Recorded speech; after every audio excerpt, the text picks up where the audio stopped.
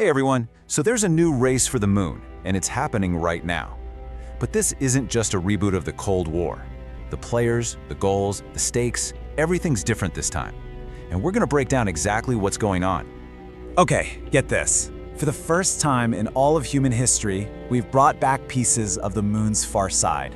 Just think about that. It's the side we literally never see from Earth, and we've now gone there, scooped up some soil, and brought it home. And well, the country that pulled it off might not be who you'd first guess. On June 25th, 2024, China's Chang'e 6 mission totally made history. It touched down on the far side of the moon, drilled into the surface, and collected about 2 kilograms of priceless soil and rock.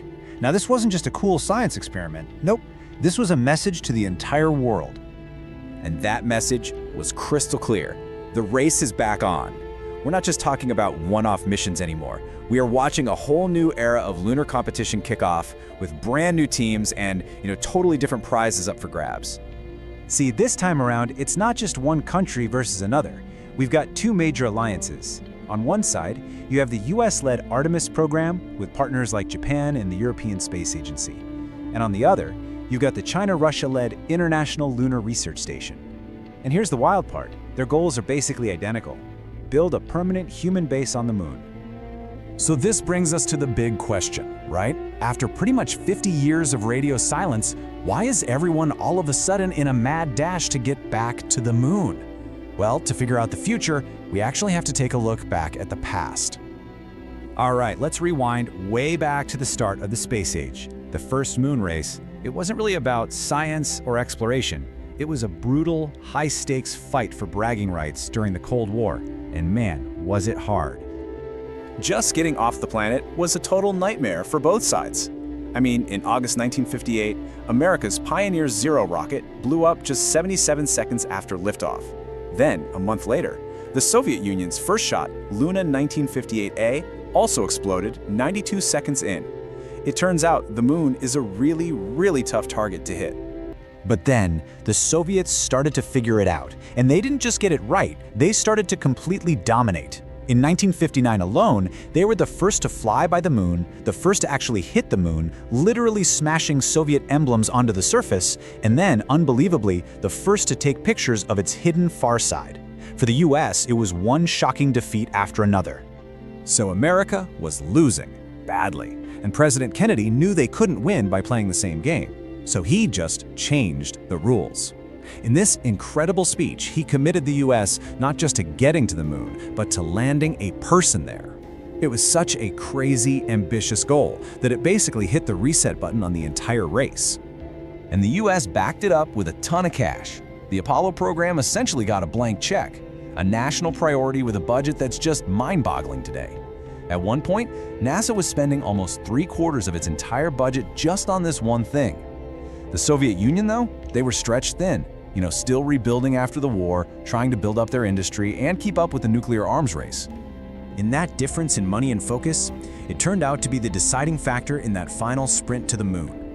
Both sides were building these gigantic rockets, but their designs, and well, their fates, were about to go in very different directions. The Soviet program was actually crippled by infighting. There was this huge argument between their 2 best rocket designers over what kind of fuel to use. It led to a terrible compromise for their moon rocket, the N1. Because one designer wouldn't share his powerful engines, the other guy had to strap 30 smaller engines together on the first stage. Getting all 30 of those to fire perfectly at the same time, it was a technical nightmare they could never crack. And it led to absolute disaster. In February of '69, the first N1 rocket exploded about a minute after launch. Then, on July 3rd, the second one barely got off the ground before it fell back down onto the launch pad, causing the biggest non-nuclear explosion in human history. It was catastrophic. And then, just 13 days later, while the Soviets were still picking up the pieces, the Saturn V rocket launched Apollo 11 flawlessly toward the moon. And on July 21st, 1969, the entire world heard those famous words from Neil Armstrong as he took that first step. The United States had won. They had landed a man on the moon. But believe it or not, the story of the first moon race doesn't end there. So while America celebrated winning the main event, the Soviet Union switched gears. They knew they couldn't land a cosmonaut anytime soon, so they decided to become the absolute masters of robotic exploration. And this led to some incredible firsts that most people just completely missed at the time. After Apollo 11, the US did 5 more landings, but by 1972, the program was just too expensive and it got canceled. The race was over, people moved on. But the Soviet Union, they just kept going, sending a whole fleet of really advanced robots to the moon all through the 70s. And this new strategy worked. Their Luna 16 probe was the first robot to ever bring back moon soil all by itself. Lunokhod 1 was the very first remote-controlled rover on another world, just driving around up there for almost a year. And in 1976, Luna 24 drilled 2 meters down into the lunar soil. That's deeper than any Apollo astronaut ever went. And deep inside that soil sample from Luna 24, Soviet scientists found something amazing, something the Apollo missions had missed completely. They found the first real, convincing proof of water molecules in the lunar soil. And here is the absolute key to this whole story. In 1976, the Soviet Union found water on the moon. But it was the middle of the Cold War, and the discovery was mostly ignored or dismissed in the West. It just became this forgotten little detail. Until now. Because that forgotten discovery is probably the single biggest reason we're racing back to the moon today.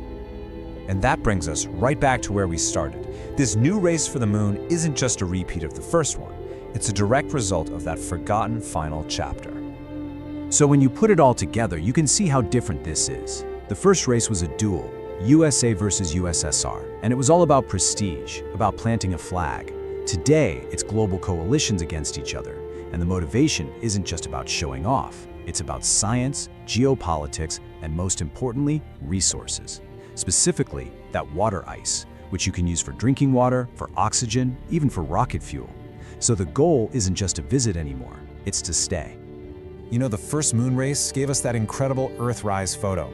It totally changed how we see our own planet, as this single, fragile little home. Now, as this new race to build bases and use lunar resources really gets going, you have to wonder, what new perspective is this chapter going to give us? Are we going to see the moon as the next step for humanity out into the stars, or just as another piece of territory to fight over? I guess we're about to find out. Thanks for joining me for this explainer.